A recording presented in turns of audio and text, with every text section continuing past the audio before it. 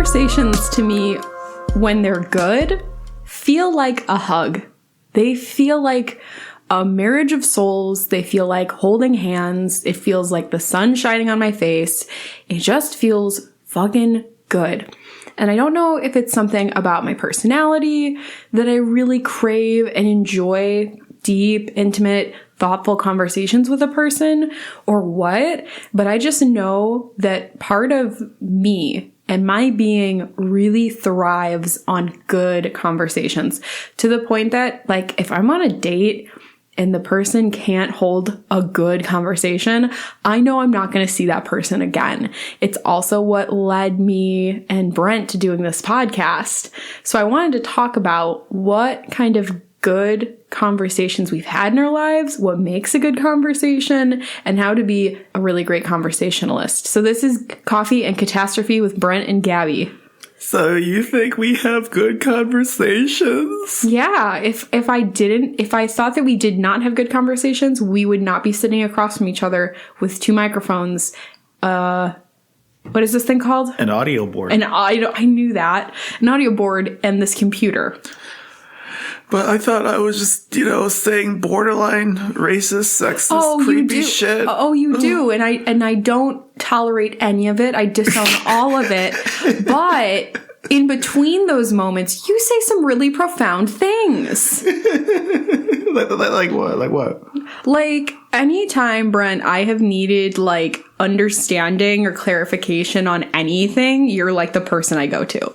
So, like, you were there with me. You've been with me for, like, basically all of my dark fucking shit.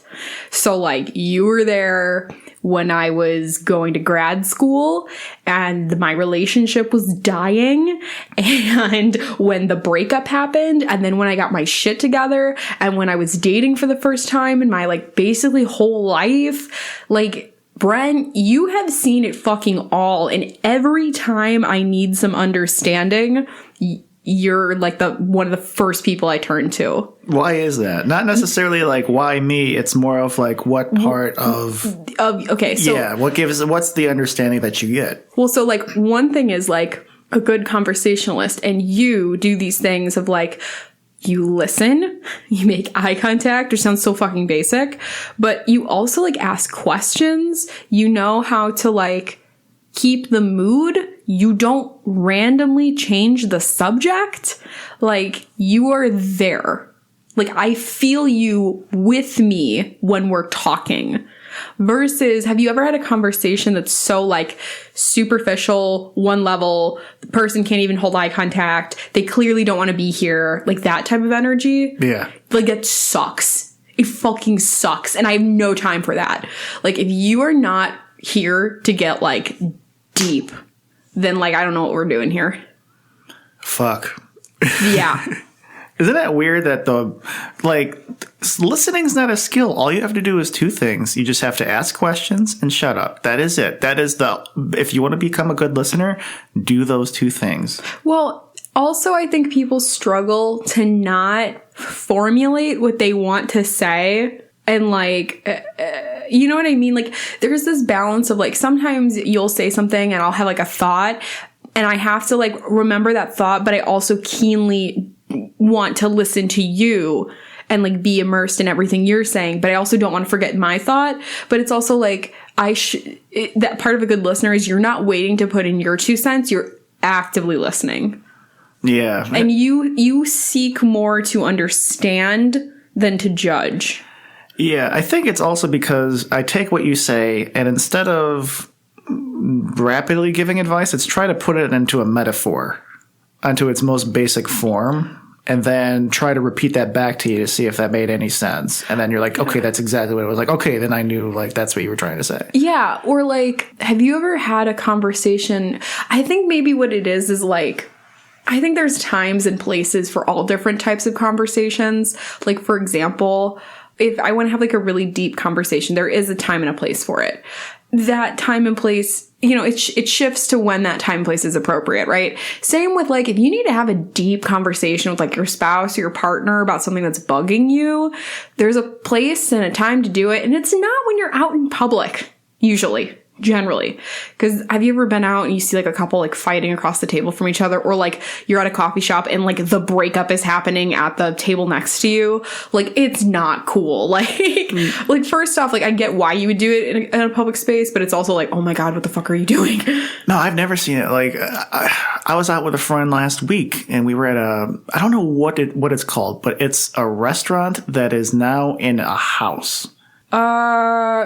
So it's just a restaurant, right? But it's built in an old house. Yeah, so like you go there and it blends in with all of the residential part of the neighborhood. Yes. It was not built specific. Yep. It's just there was a few additions to accommodate for the now restaurant feel. So we were there and we were having this intense fucking discussion. Like I'm like, if anyone's listening right now, they're learning shit. And then there was a couple sitting next to us. And I was just like when we had a moment of like silence when we were just eating and like had a break from talking, I listened to them and I tried to listen to other people around the tables. The people next to me, I think they were boyfriend, girlfriend, husband, wife, something like that. Fairly young, maybe my age, in the 30s. And they were just talking about the shit on the plate. Like the strawberries. And they're just, oh, the strawberries are good. Yeah, I really like this kale. This kale is really good. Yeah, the water's pretty wet. Yeah, the water is really nice. That's really hard. And like I get, especially like I understand that it can be hard when you first are meeting somebody to like know how to approach like deep conversations, and like also like me liking deep conversations has also, I've had to learn like when to like hold it back. You know what I mean? Like example, I have really no qualms telling someone like my life story in the deepest, darkest parts of me, like generally, but like you don't do that on the first date. And I've had to learn that. Like you don't on the first date tell somebody like the deepest, darkest, shittiest parts of you. Like, oh, that's a little much. But at the same time, like maybe when you're like been dating for a while, like then you can talk about those things. And like, but yeah, I like, and supposedly there's like some statistic out there that like on a date within the first time like you're meeting each other, within the first 2 minutes, you know if you're gonna have a second date or not, or something like that. Because you just like by talking to them, you can like judge within like minutes if you're gonna have a second date or not. Oh, I'm fucked because like I get them when I'm at least 45 minutes in. You know? Really? Yeah, like because then when I know it's at least 45 minutes in, now I know like I'm steering in a direction. I'm in a place now that it's like I had to drive out from the city to the country. Yeah, and just get rid of all the noise. You know. Yeah, like that's how I go. Well. And then the advice that you're supposed to take from that is that your first date should be no more than 1 hour with like a coffee or a drink. And then the idea is that like dinner can be too much pressure, or like longer amount of time. Like what if you really don't like that person? Like then you're kind of wasting their time and wasting your own time. So I know this was revolutionary to me too, because I'm kind of a person that's like, I used to be like, first date, like I want to like get deep and like really talk and like know who you are. And I guess like the problem is that as much as I like that can be really intimidating and like not like ideal.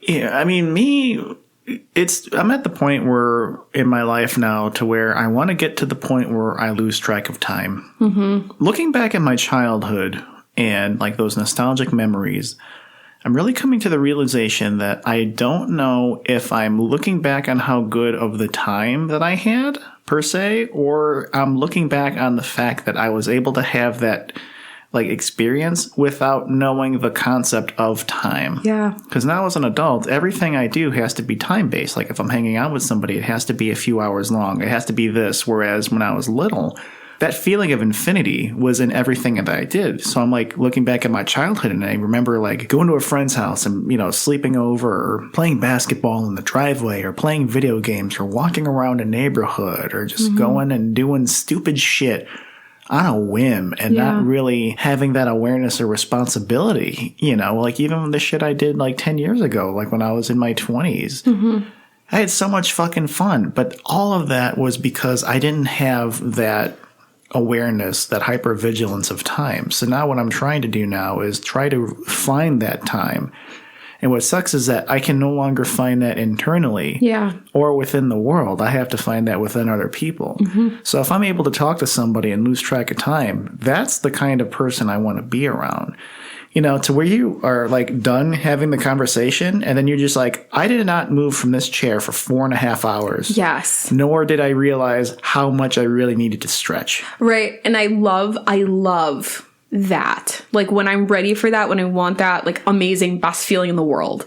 And it like, have you ever had a really have you ever like been trying to hang out with somebody like as friends or like maybe a possible date and you just all of a sudden realize how like they don't know how to like have a conversation? The last OkCupid date I went on years ago ended like that. We went to this restaurant. It was a nice restaurant, decent person, like nothing. It's just, there was nothing remarkable about the chemistry. Yeah. Like it was just kind of, so like, she's like, I think I'm weird. I'm like, how are you weird? I like spooky stories. All right. What the fuck do you like? I like this one thing. All right. What about it do you like? I don't know. Where it's just, there's no, to me, conversation has to have a few elements. One, there has to be a goal in mind to where one person is learning something, but it's not a lecture. Mm-hmm. And you're waiting because with a lecture, it's completely one-sided. And then when you're done, you just say class dismissed. Yeah. But when you're actually like talking, you just like have that moment to respond to where you're able to just catch your breath and hear what they have to say. And if it's like in depth as well, and then they share a part of themselves and now you're listening, you're able to catch up with eating your food. Mm-hmm. And that's like where it's really at. Not only that, but you have to come away both learning something or at least having that feeling of losing that time. Mm-hmm. Some people you're just able to just fucking talk. It's weird. Like when you just meet someone for the first time and you feel like you've known them. Oh, that is, okay, literally my favorite feeling in the whole world. Like there is no better feeling than talking to somebody and being like, oh my God, I feel like I've known you for my entire life. Like this is the best, most kismet, amazing thing ever. And like, I had one really awesome date that I can think back to where we like literally lost track of time, couldn't go to the thing that we would plan on doing because it was just amazing talking to each other. And that was so cool. And I totally am like, that is how every time should feel. Like, not every time, but like seriously, like more often than not, I want to have that reassurance through like dialogue and discourse that like, I see you, you see me, you're like teaching me things, I'm learning from you. Like, this is so cool. Like that, like you're adding to like this moment as much as I am. And like, it's so cool. It is like the best part about it is it's just between you two. And it's so fucking cool. See, you know what I'm talking about now. I do. Like, seriously. And again, like, if you're not a good conversationalist, like my friend who shall not be named has a term for like brain sex, where like you're talking with somebody and like they're like intellectually like you're on the same wavelength and you're like vibing off each other and it's like juicy and it feels good. Like she calls it brain sex. And it's like that is a thing for sure. Like if you can't get down with deep talks and like nitty gritty, deep, dark, existential bullshit, the crux of our podcast. If you can't fucking hang with that, like we're not going to get along. Yeah, I often find it a struggle because most of the time I'm trying to bring people into my world. Not only that, but it's so rare to find people who ask questions. I always find that I'm the more inquisitive one and I'm exhausted with it. Yeah, and I definitely feel that in terms of like texting culture, like why is the girl always stereotypically the one that asks the questions? My experience, nobody asks shit. It's all me. So then I don't know what I don't know what it is then. And I feel like, I think part of it on my end is like, I've been socialized to believe that if I don't ask a question, the man will just drop off the conversation, which maybe is true, maybe is not. Maybe I've just like not dated like the best people or whatever. That's not true because I have guy friends who like do, like they will, or like guy acquaintances, guy acquaintances. I don't know. I'm thinking of like two people particularly in my life that like, you don't have to ask a question. They will just text back. I don't know. That's so weird. Yeah, I'm not quite sure I know what you mean there. Yeah, I don't know either. It's just kind of like, again, I just have this like weird thing of like I feel like there's this like socialization that like girls will ask questions in text messages and guys won't respond. But maybe it's just like a lack of interest, like whomever is the less interested party will not ask questions. See, I've never had that experience. Not once. Even when I was like doing my little dating thing for like a year or two, I have never, maybe like I've had like the woman reach out to me first, like, hey, how you doing? I like your profile. But I've never just had them ask me about my life. Really? Never. I like even now, like I meet new people, no one fucking asks me questions. I don't get it. Like, I mean, I have a lot of shit to say, but I find out that I'm at least the one that's asking the more, not only intriguing questions, but I'm asking like the real ones too. Yeah. Like, they're not even asking like, where do you work? What do you do? Like, they're just there. They react to what I say, and then there's fucking silence afterwards. And I'm just like, that's why I'm afraid. Like, if I meet any woman down the line and she just asks me one question, I'm like, all right, that's it. No, I agree. Well, and it's like, are you listening? Are you inquisitive? Are we learning? Are we vibing? Like, what are we doing here otherwise? Like, and it's not to say that I haven't had like pleasant dates with someone who's not a great conversationalist, but I know that for me, it's like in like the top, 5 things that a person has to be like good at for me to date them. I don't want to call it a deal breaker, but I guess it is a deal breaker for me, because I'm just like, if we can't like talk about like deep shit, like you can't nurture that part of me. Yeah. I know it sounds really conceited, but I can't be the most interesting person 100% of the time. Well, that's okay, but that's like what I mean when like I say like you have to be with somebody who adds to you at least as much as you add to them. Like, it should be an equal, like, we're greater and more interesting and better than the sum of our parts. Yeah. Because if it's not, then, like, what are you doing? Because, like, for me, a relationship or, like, a friendship even, like, I don't just mean romantic. Like, a relationship is in, like, the connecting of people. That sounded kind of sexual. A non-physical, you know what I mean. I know what you mean. You know what I mean. But, like, in order for, like, a relationship to be worthwhile, I need to be getting something out of it that I wouldn't if I was solo. You know what I mean? It makes sense, because at least with a conversation, you're actually working out things about yourself and like your own thought process just by communicating it. So you can have a moment of clarity like on your own when you're just chilling out, you're ready to go to bed, or you're just in nature and you're on a bench and you're overlooking a lake and you're just like watching the fucking sun reflect on the waves, and you just see a big ass fish come out of there and go back in, and you see the splashes and the waves go back, and you just go in there and you think like, holy shit, I think armpits kind of cool. And then you could have it, but when you're talking to people and you actually like have shit come out and you listen, and you actually like listen to yourself when you're talking and you listen to the other person, you're actually unlocking more things about yourself in the moment. Yeah. And again, that whole, like, I'm learning from you, I'm learning about me, like, as you're talking, like, figuring things out. And especially, like, a good conversation, I think, always has a thread of, it has this essence that, like, it is intoxicating. And I don't know how to describe it any other way, because a part of me wanted to say it's always about deep things, but that's not true, because I've had thrilling, amazing conversations about mundane shit. Like, I think that there's just a certain amount of like passion and enthusiasm and excitement that has to be there, like, and shared by both parties. Because another thing is like, well, have you ever like tried to have a good conversation with somebody and they were just like walled off, like they were not engaging? It was not a fun time. Most of the time. Most of the time? Yeah. I will say, a way to not start a conversation happened to me today. I was at a coffee shop. I needed to go to the bank, get something specific, but before the bank was open up, I had to be out of my house for a specific reason. So I went to a cafe to grab a coffee, and then I was going to read a little bit and go. And so I'm sitting here reading, and a guy comes up to me and goes, "Hey, what you reading lately?"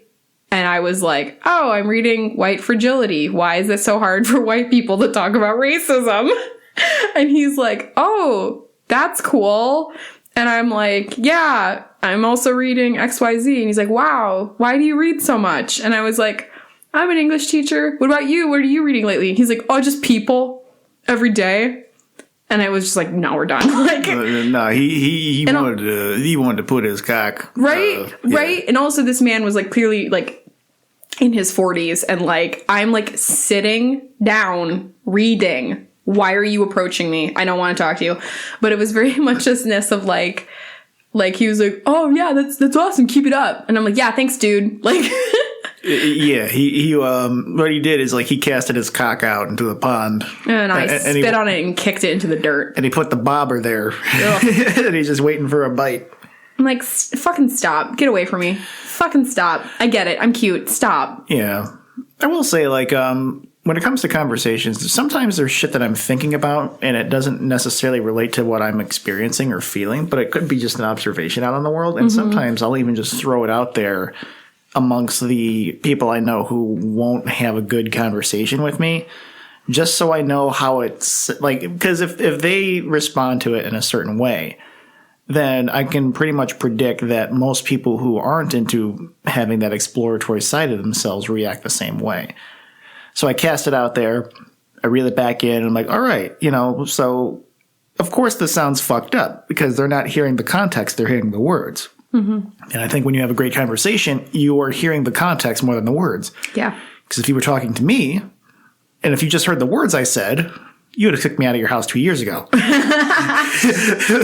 Not wrong. Yeah. But like also, I agree. It's also like, I don't know. Like, if you're down to hang, you're down to hang. If you're not down to hang, you'll find out very quickly and you'll not have a good conversation and you'll know that that's a person you, like, really can't talk to about deep shit. Or, like, do you have people in your life you can talk about, like, meaning, purpose, drive, sadness, and other people you can talk about different subjects? Like, I don't know. Other deep things though, but like there's certain categories you can't really touch, but you can still like go deep with people or explore things dialectically. It's not a very wide spectrum, but pretty much all of my friends were able to have the deep existential discussions with. All of my close friends were able to like really hit the deep shit. 10,000 leagues of deep shit. 10,000 leagues of deep shit, and were able to at least come to that consensus, and they're just as honest with me as I am with them. And some of them have said, like, that's refreshing because of, like, how honest I am. Even if, because I don't give the right answer to shit most of the times. I give my answer, and my answer is the right answer for me. And if it's honest, then I think that's a lot more, like, you can work with that a lot more than if you were to just, like, gut instinct say, like, the absolute right thing. Yeah. And some of them are, so for instance, I have one friend I can talk about video games with. Couldn't talk about video games with my other friends. Yeah. And then there's some friends I can talk about music with that I can't talk about with other friends. And so there's, like, a mundane topic that I use to branch out with those friends. Like, okay, talk about wrestling with this friend. I could talk about, just like the world, but in terms of just talking about internal shit that we're going through in our lives, all of my close friends, I share that with. And that's probably a criteria for like close friendship for you, right? Yeah, I honestly don't think I can be with a significant other who can't talk for shit. I because I don't want to, as much as I like talking, I don't want to just, because I'll just talk to a fucking wall. Well, maybe this is just foreign to me because it's so essential to me to like be a good conversationalist and to like have that in a partner and a friend. But like, what do you do if you guys don't talk? Like instead of having a worthwhile, kind of cool, deep, and it doesn't always have to be deep. Like sometimes you can again talk about like mundane shit and it's still enthralling. You know what I mean? Like we can talk, like if I can wax poetic with somebody about like fucking guitar pedals and amps, like again, that's not deep. It's kind of materialistic, but it's cool to like talk about like gear, right? So if you're not doing that, what are you talking about or what are you doing? You share another moment that's just as equally unpredictable. And just because you're talking about guitar pedals doesn't necessarily mean you're talking about something that's predictable. That's why I think when it comes to having an enthralling conversation about something that's utterly mundane, it's because there's an element of unpredictability to it where you're perhaps hearing or saying an angle that has not been said before. You know, like, or there's something that's being exchanged. Because honestly, even if somebody's talking about real shit, Yeah.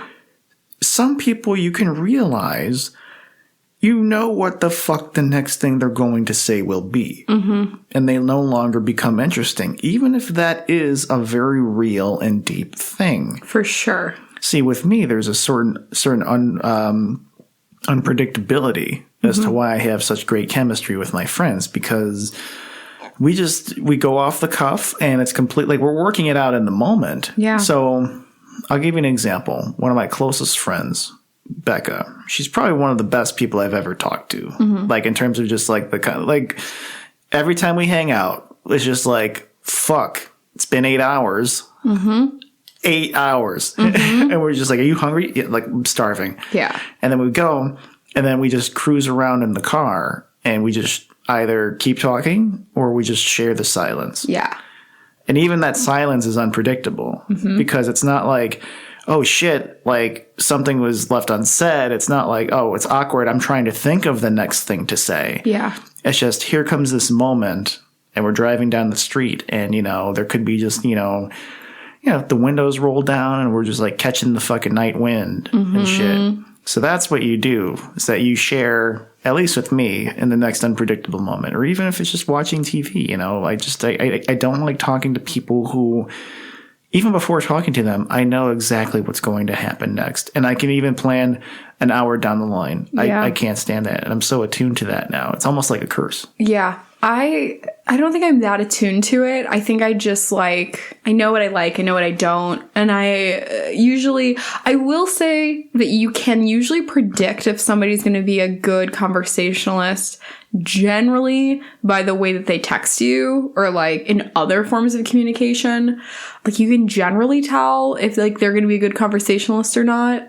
But at the same time, like, sometimes you'll be surprised, because like you'll think that you won't have a connection with somebody, or that they're like, you know, what possibly could we relate to, blah, blah, blah. And you have a very fruitful, amazing conversation with somebody. So yeah. And like, again, I think what podcasts are really built upon, at least in our format of podcast, where it's two people talking, or like it's very akin to like the same structure that like Joe Rogan uses, versus like storytelling podcasts, or like myth and lore podcasts where they're like telling a story, historical background, something like that.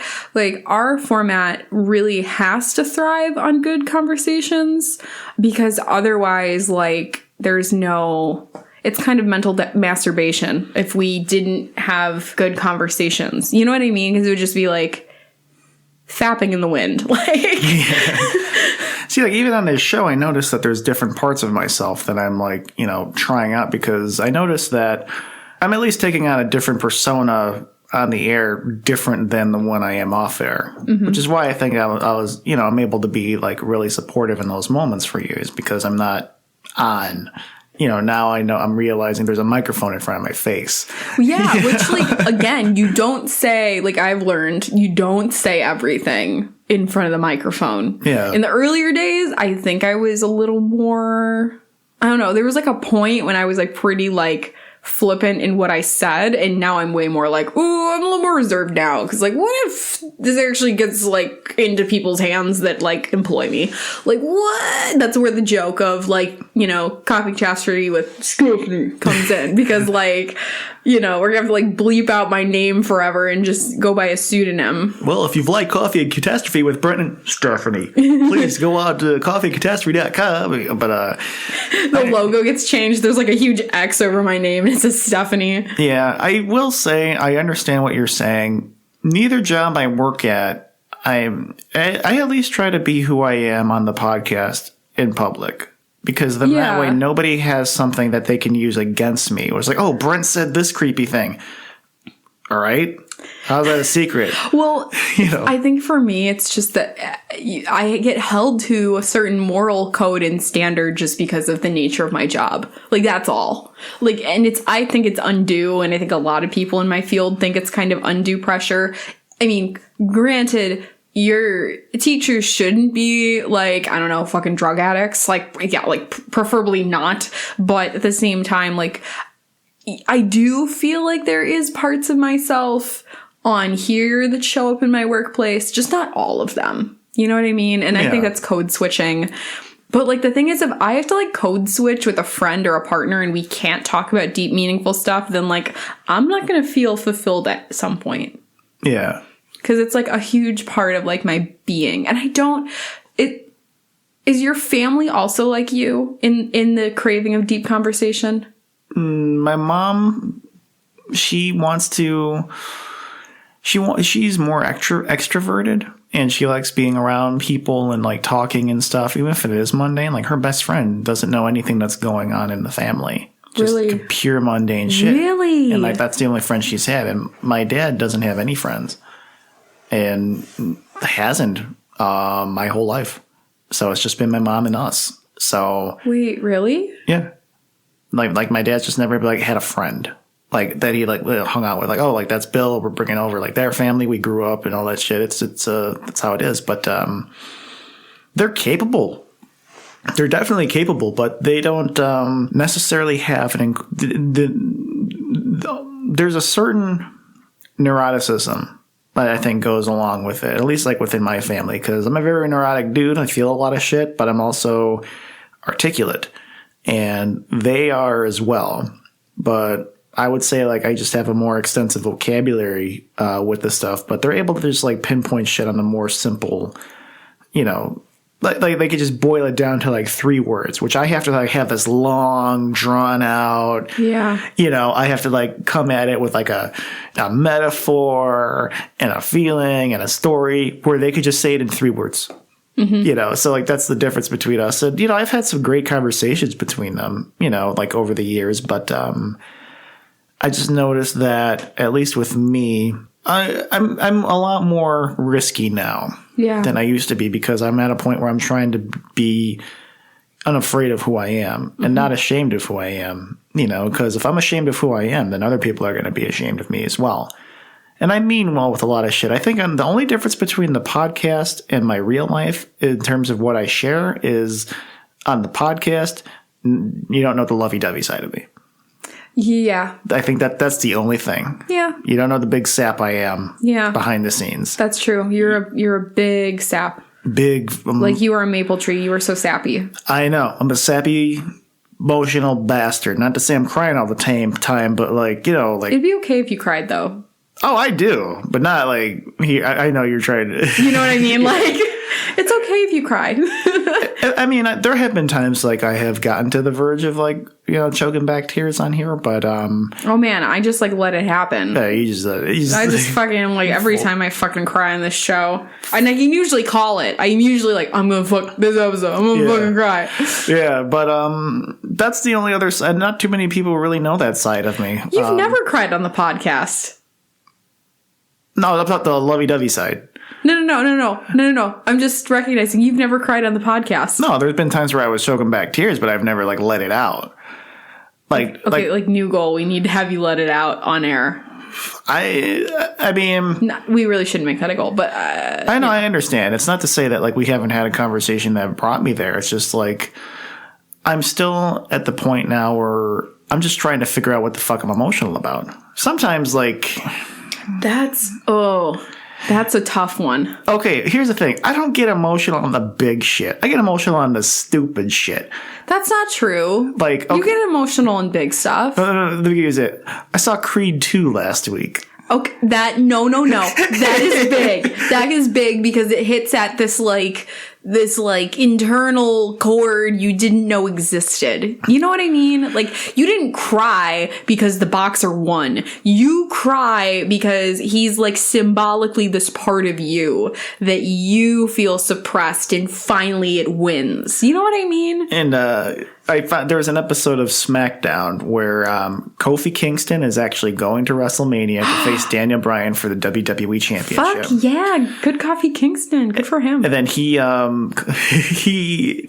there's this backstage interview between him and his tag team, The New Day, and they were just all talking. And I'm watching this video. I'm just a soggy fucking mess. Aww. And they're just saying like, man, here's the thing. It's not like, should I go to WrestleMania over you? I am you. So we going to WrestleMania because we're brothers, man. We've been at this 5 years. What in this business last 5 years? Nothing, but we did it. And like, they're just this emotional. Aww. And I'm just like watching this and like, I'm like, this is what brings it out of me. but again, it's because there's like a humanness and like a part of it that you see. It's kind of like, I think like, sometimes it's better sometimes to cry at what you think is superficial because, again, it's like exposing that like part of you. I thought you were going to say something like, I cry when I see puppies. But I guess that also is maybe something like deep within. When I play with puppies, I get emotional. Yeah, like, who doesn't? Like, you know what I mean? Like, when you're just around, now I'm getting emotional, Jesus fucking Christ. But when you're around these like little fuzzy, adorable beings of joy, how can you not get emotional? And then you have that moment of like crushingness of like, I will never be as happy as this puppy. And then then the waterworks kick in. And then you realize you're in a puppy mill and you're like, all right. And this dog is a manifestation of human greed. Yeah. I notice I get the most emotional when I'm expressing gratitude. Same.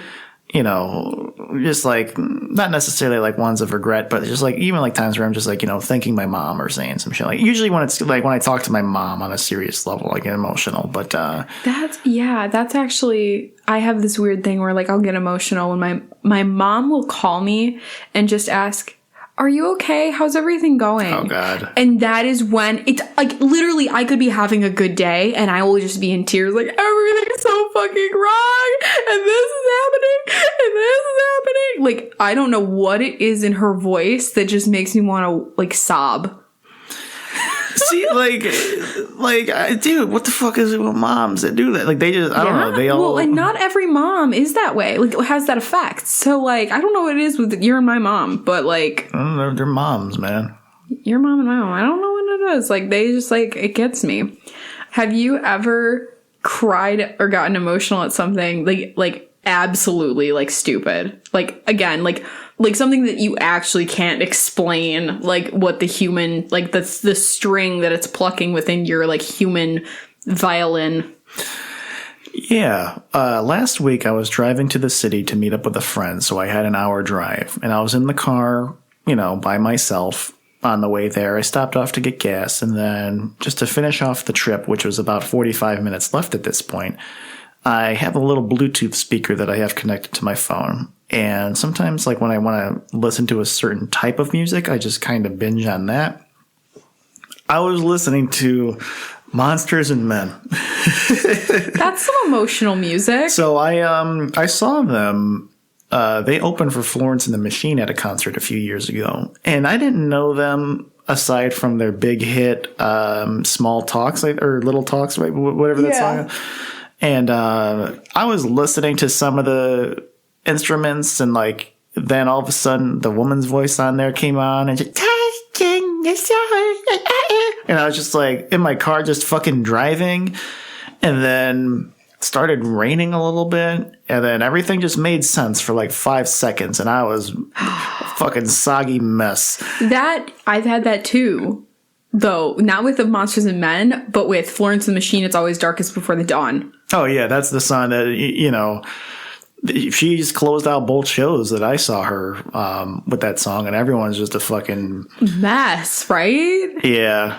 I saw Brian Wilson in concert a few times with my friend. And, who's Brian Wilson? He's the main guy in the Beach Boys. Oh, There's actually a movie about his life out with John Cusack called Love and Mercy. It's a biopic. It came out a few years ago. Paul Dano's in it as well, and he plays a young Brian Wilson. Very good movie. And there's when he was on stage and he sang "God Only Knows," and then I was just like, this motherfucker just God only knows what I'd be without you. And I'm just like, like that, and then like when he was done, like I was like wiping tears from my eyes, and my friend was looking like at me, like she was sitting next to me smiling. She's like, "Oh, this fucking sappy bastard." But I get that with, which I've been chastised for, "Hungry Heart" by Springsteen. I always want to just cry. Everybody's got a hungry heart. Yeah. Like, I literally just got a tear in my eye just thinking about it. Like, that song is so... Especially, he left his wife and kids, never looked back. Like, oh, that's like hardcore, man. Like, yeah, the one I was thinking of, like this random moment that made me cry. The first time I watched My Neighbor Totoro, the part where they make the trees grow. Yeah. Full on sobbing. Yeah. Why? No idea. I don't know what string it was plucking within my human harpsichord, but like it was just cluster. I might have just also been really tired. Like, who fucking knows? But yeah. It's, man, I remember, like just certain little things in movies I always like get. And, like there's this, have you heard of the Before trilogy? No. It's a trilogy of movies made by Richard Linklater, the guy who directed Boyhood and Waking Life. Oh, okay. And so he had 3 romance movies. The first one was called Before Sunrise, and that was filmed in the 90s, Before Sunset in the 2000s, and Before Midnight, which was filmed about a few years ago. And it follows the same couple, Really? Jesse and Celine, as their like whole journey. Some of the most amazing I would say Before Sunset is one of my all-time favorite romantic movies. Maybe number 1. But that whole trilogy's, like, everyone that I recommend it to, they're fucked up afterwards. Like, when you say fucked up, is it a good fucked up? Yeah. Okay, because, like, there's the bad fucked up, like, Requiem for a Dream. No. And that's, like, one of those movies that, like, you watch one time and can't watch ever again. See, the Before trilogy is what we're talking about with Conversations. Gotcha. It's not like the date movies where it's like, hey, do you like clouds? Yeah, I like clouds. And then I'm going to buy you a cloud balloon and slip. Whoa. Oh, I just fell in my ass. Whoa, you're so awkward. Let's get married. It's nothing like that at all. It's just like Before Sunrise just starts off where this guy is just traveling in Paris, and then he sees this woman on a train, and then he just goes up to her and they just start talking. And then he says, hey, look, I have this crazy idea. If you say no, that's totally fine. You want to just spend the day with me? And then oh my God. And then she like at first you could tell she's saying no, but then like he like just like convinces her and she's like, okay. And then they just walk around the fucking city just getting to know each other. And then they like go to a restaurant and the whole movie is just them talking. It's like nothing. It's one of those movies where nothing happens, but everything happens.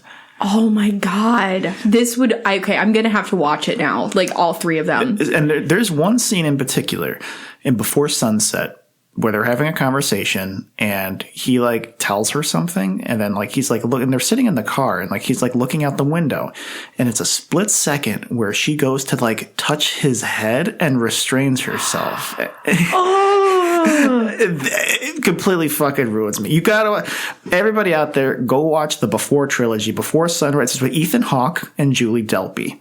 So Ethan Hawke before I think it was 1995. Yeah, 1995 was the first Before Sunrise. And then I think 2004 it's every 9 years. 2004 is Before Sunset, and then Before Midnight's 2013. Wow. Okay, I'm really excited now. I have like good movies to watch. It's gonna fuck you up, dude. I'm so ready to get fucked up. I was singing this morning. I wrote a song about getting fucked up. What? Yeah, I'm not even fucking joking. Like a Gabi original. Like a Gabi original. Like I was singing. I just like came to me, and I was like, that'd be a boppin' chorus. You didn't tell me what the No, yeah. No, it's just like fucker. Well, it's just what like things come up. I didn't tell you about like the other songs I wrote this week. Sorry. What it's like dude, it's perpetually happening. Like I always am writing, and like it's not that maybe all of them will see the light of day on a record, but like yeah, like okay, you didn't tell me that. Sorry. The whole point of it is like fuck me up. So, you know, we all get to that point where we just want to get fucked up, and not like necessarily like with drugs and alcohol, but like there's a point where you just want to be fucked up by somebody and not like physically beat up. You know, we'll just leave it to like release the song. It'll be fine. Don't worry about it. But yeah, but I was literally singing to myself in the car, like, Yeah. Well, fuck, dude. These are gonna fuck you up, and it's the only romance movies I've ever seen that are based on a conversation, and that's the entire plot. That's the whole story. Is just two people talking. It's not like one of them has to avenge the father's death or you know any of this glorious shit, or like, oh, they're gonna get married, so he's got to run to the fucking chapel and stop the wedding. It's like nothing like that. It's just two people shooting the shit. Well, and it's funny you say that because the reason I love Tarantino and Kevin Smith movies is they have these amazing dialogue scenes where they're just real and raw and for example, when the opening of Pulp Fiction with the people talking about robbing the diner, there's this element of realness to it. And then it gets incredulous when they reach that tipping point of why don't people ever, rob coffee shops? And then he's like, we should, and she's like, right here, right now. He's like, yeah. And that, it's just this, or even when, fucking, John Travolta and Jules, Samuel L. Jackson are talking, they're walking around before they're gonna kill what's his face. They're having a human fucking conversation. The Mia Wallace, John Travolta, Vince Vega conversation when they're in the booth. And don't you hate that? What awkward silences? Oh my god, it's the fucking best. And most of those conversations are over mundane shit. That's true. It's they call a quarter pounder with cheese in France. They call it royale with cheese. Royale with cheese. They put, what they put out instead of ketchup? Mayonnaise. Yeah. They fucking drown them in that shit. Yeah, no, exactly. There's all these bits of dialogue. The one dialogue that I never liked, the Bruce Willis dialogue in Pulp Fiction. I never found it realistic with his French girlfriend, Fabian. I just thought it was always kind of vapid and stupid. It was the part of the movie that I always hated. The best dialogue is involving Vincent Vega, Jules. When Jules and Vincent Vega are talking before the diner gets stuck up, and he's like, don't you recognize the miracle that we just witnessed? And he's like, what are you fucking talking about? What are you gonna do? He's like, I'm gonna walk the earth like Kang from Kung Fu. That is some real shit. Yeah, I don't know. That's the reason those movies are so good. Or even fucking Reservoir Dogs, where it opens up and they're talking about tipping and talking about the song, Like a Virgin, and all of that is real. And oh man, it's so good. It's so good. It's not realistic dialogue though. The ending is perfect of Reservoir Dogs, but it's not realistic. I'm trying to remember. Do you remember the ending? Spoiler alert. Yeah, I haven't. So the guy who's gotten shot, Tim Roth's character, he's an undercover police officer, and Mr. White, who's Harvey Keitel, doesn't know that till the very end. The cops are busted in, and Tim Roth is bleeding to death, and he's like, Freddie, I'm a cop. And so Harvey Keitel shoots him and kills him. It's yeah, it's so but it's a perfect ending. And that whole, him, struggling and, he's, writhing on the ground, bleeding to death. And he's like, Freddie, I'm a cop! And, poof, it's so good! It's so perfect! That's why he kind of, Tarantino exploded into the scene, is because a lot of the mobster movies that have come out before them, there's been great ones, but they were all talking about shit that was going on that was indicative to the plot. Yeah. The Royale with cheese that had nothing to do with the fucking plot of the movie, right? But it had everything to do with it. Right. To building that suspense and the mood and the characters, and Jules is one of the most likable characters he ever wrote. Yeah. Everyone, there's not a person out there who doesn't like Jules, and even Vincent Vega to an extent. I mean, that movie gave John Travolta his career back. Yeah. So through these favorable portrayals, Tarantino has made these amazing characters that again revitalize careers, but also give us these connection points because like oftentimes the topic of conversation amongst people is pop culture, and like that is essential to Kevin Smith's films and Quentin Tarantino's films. Think about back to in Dogma. They're so upset because they're trying to find Shermer, Illinois, because that was the setting of all the John Hughes films. And then they end up in McHenry. Yeah. Like, the fucking best, right? So, or like the movie, The Golden Calf. Okay, it's clearly a play on McDonald's. Like, you know, all that shit. Yeah. I think a lot of people, that's why I think my podcasts are so popular now, is people just have a craving to listen to other people just talking for hours, and nothing nothing explosive is going on. It's like soothing, but it's also like that humanness connection. And there's also, I was telling my therapist recently that like the way I talk sometimes is very Southern in nature. And in that, I mean like my family from Georgia, when they are telling a story, okay, if a normal story is A to B, a Southern story is A with 87 bends and quick turns, and eventually an hour later you end up at B somehow, some way. So like this, like, it's probably this human like storytelling thing that we like, this is like what we use to connect to each other regardless. Like even deaf people who don't have like verbal language, like storytelling is a huge part of the deaf community, and being like an emotive signer. So it's like a huge part of like human connection. And that's why I think I don't know if there's anybody that says, yeah, I just fucking hate having deep talks. There's people that hate talking, but I don't know anybody that's just like, okay, if there's anybody talking, I hate it. Well, I think that like, I think there are people that do. Like, I don't associate with those people. Like, I don't have any really close friends who can't stand that type of stuff. I think really everyone will go to the deep distance if they're ready, you know? Mm-hmm. But not to say it's everyone's cup of tea. Yeah.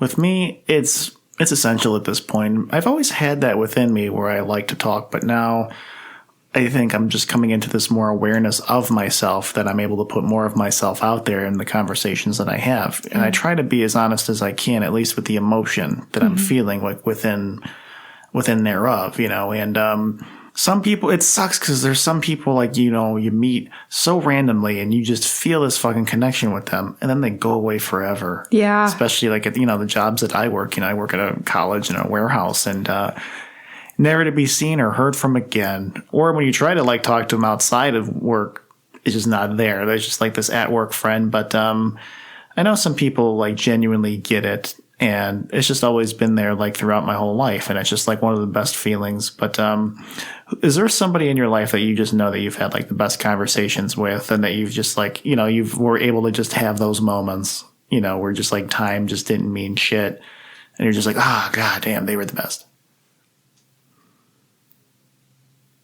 I can't limit it to one person. I think all of my closest friends, and I have and like you're lumped into there, like all of my closest friends, we all like have that, you know what I mean?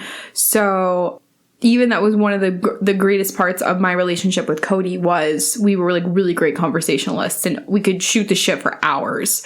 Like it was great. Although he wasn't necessarily the best conversational partner, but that being said, like we could really go on. So I think there's not one person. I think that there's things that I've been told that are just like really, there's always just been like great conversations. One, actually my good friend Shannon was telling me about like, one of the most meaningful conversations she ever had was her grandmother was, I don't know if it was in hospice or a hospital, but they went to visit her grandmother, and the person who drove her was her grandmother's best friend. And they finished their visit, were driving home, and the friend looked to Shannon and said, okay, we've got a lot to talk about. And she said, what do you mean? She's like, there's a lot of things that we have to talk about that your grandmother can't tell you right now that I have to tell you. Like, and it was just like grandmotherly, like maternal advice. And it was like, that is just beautiful. And like, I think that I've had like real conversations with pretty much everyone in my life that reaches that depth of like, I need to tell you this, and like that moment where you like your hearts can just connect, or like you see each other's souls. Like there is nothing more beautiful and amazing. But I really don't think it's limited to like any one person, or like, I can't even tell you what the best conversation I ever had in my life was, but I just know that it was one where I saw that person and they saw me, and we added to each other, and we were enthralled with each other's words, and we truly saw each other's souls through that dialogue. Yeah, no, I definitely agree. And then, like, when you know that you have those people, like, there's a quote by Patrice O'Neill, like, you feed your integrity through your journey to find your people. Yeah. You know, and that's just, it's so fucking great. Because at least I put that value in people that just have, like, that deep, meaningful, like, connection with. And it kind of sucks, like, when you meet someone and you want to try to connect with them and they just can't connect on that level. Yeah. And then, like, years down the line, you see them, like, with, you know, a different person. And it's just like, well, how did they connect? Yeah, no, definitely. Because you're like, again, it's like, what's essential to me, one part of it is like being that good conversationalist. And I actually, like, I can think to guys I've dated and been like, well, it wasn't going to work out with them because, like, they couldn't carry a conversation about anything intellectual, or like they couldn't get deep into their feelings, or this person, like, you know what I mean? So, like, now I know that, obviously, but it's just very much a, like, how the hell do you guys get along? Like, what do you even do in your spare time if you don't talk to each other? Like, but I think that for some of those people, like, they're the type of person that, like, loves sitting in a room together, like, doing their own thing and not talking. That's probably what they really crave. I've had those friends, and that's great.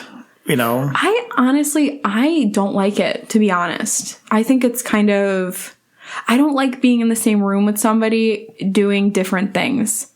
Like, I think it's not that like is reality. Like, don't get me wrong. Like, I know that, like, there's time and spaces where you're in the same vicinity as somebody, but you need to work on separate things. But, like, yeah, I don't like it. It's not my favorite. Oh, I thought you meant okay, just sitting around and you're both watching TV. Oh, no, like, that's fun. Oh, okay. Like, that's fun because it's a communal activity. But when, like, I'm doing homework over here and you're doing homework over there, like, I don't feel good or at peace. Or, like, the stereotypical one now is, like, one person on the one end of the couch on their phone, other person on the other end of the couch with their phone, and they're like, this is great. Like, yeah. And I'm like, that's not great because you're not talking, and what are you doing? I could have just sat by myself and be alone. Like, why is that great? No, I mean, some of the best moments I've had, like, where we're just sitting down talking with people and just sharing a moment, even if it was silence. And, you know, when you're, like, doing something else, it's kind of, I don't know, it's just very different. Some of the best experiences are void of conversation, but not meaning. Mm-hmm. Oh, God. Yeah, that's very true. So, you know, because you don't have to necessarily have an in-depth conversation with someone to do something meaningful. Yeah. You know, but all the conversations I tend to have with people, I want to be meaningful. Yeah. And, like, I definitely do. Like, I'll find myself, like, trying to listen to podcasts, and, like, on Being with Krista Tippett always usually gets, like, really deep to, like, that heart and soul feel. I've listened to, like, other podcasts where sometimes they, like, dance on, like, the superficial, but sometimes they have an episode where they get really deep, and I'm like, oh, yes, this is what I wanted. But, like, you know, it's hard. It's hard too because, like, work operating that deep level is exhausting. It is time consuming, but it's not to say that it isn't, like, important and essential to, like, what I need for the care and keeping of Gabi. Exactly. Me, I need it. Yeah. If I'm at work, here's the thing. If I'm at work, I would be fine if I had a job where I was just left to my own devices, but relied upon to get the job done and had zero interaction with people. I would thrive in that environment. Even now, I'm learning a new process of the job that I'm at the warehouse, where I'm just, like, problem solving packages and shit. Yeah. And, like, I'm in my own little corner and I'm just fucking doing it. And I don't know. It's weird because I love having conversations to connect with people. But in terms of just doing work, if I was just there just doing my own shit and it was repetitive and predictable, I would do that the rest of my life. Just to make money. It's so weird. It's so bizarre. But, you know, when it comes to just having friends, it's really hard to make new friends nowadays. Especially people my age. Because, you know, they have families, and not to hold it against them, but it's just like, you know, it comes to the point where you reach an age where you're just like, okay, I'm okay with the friends I have, and I'm not going to be as, you know, determined to go out and seek a lot more friends than I was even 10 years ago. I find myself having more relationships and friendships that are I wouldn't even call them friendships. I find myself having more like acquaintance relationships with people rather than like ones where we can like go have a coffee and pour out our souls.